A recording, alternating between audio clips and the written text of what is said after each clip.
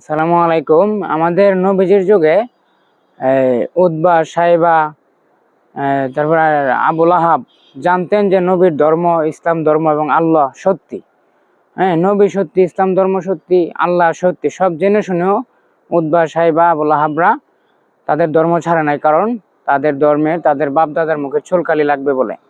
তো এখনো যারা বিভিন্ন দল করছেন, এই দল সেই দল, বুঝতেই পারছেন আপনারা কাকে ইন্ডিকেট করছি আমি। তো তারাও জানে তাদের নেতা খেতা নামাজ পড়ে না, রোজা রাখে না,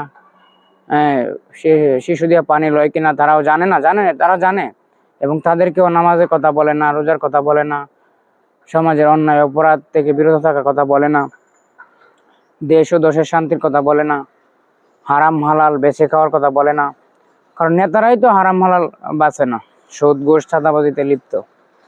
কিন্তু যারা ওই নেতাদেরকে সাপোর্ট করছে তারাও জানে যে এটা মানে একটা ভ্রান্ত দল।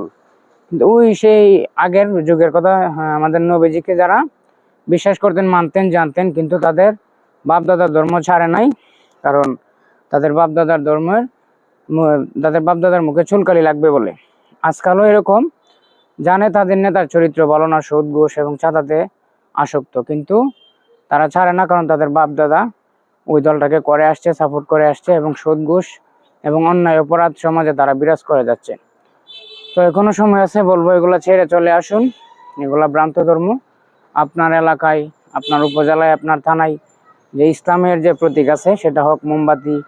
ইসলামের পক্ষে যেই আছে না, যে দাঁড়িয়ে আছে তাকে ভোট দিবেন, এবং ইসলামের পক্ষে আপনারা সবসময় থাকবেন, কাজ করবেন। দিন শেষে মনে করবেন আপনি যে মাটির উপর দাঁড়িয়ে ক্ষমতার দাপট দেখাচ্ছেন, আপনার নেতা যে মাটির উপরে দাঁড়িয়ে ক্ষমতা দেখাচ্ছে, সেই মাটি হবে আপনার শেষ ঠিকানা। তাই কে কি বললো, কে কি করলো সেগুলি না দেখে আমাদের নবীজির কথা স্মরণ করুন, আল্লাহর কথা স্মরণ করুন, মৃত্যুর কথা স্মরণ করুন। নিজের মাটি, নিজের কবরকে আপন করে এই দেশ ও জাতির সঙ্গে আচার ব্যবহার করবেন।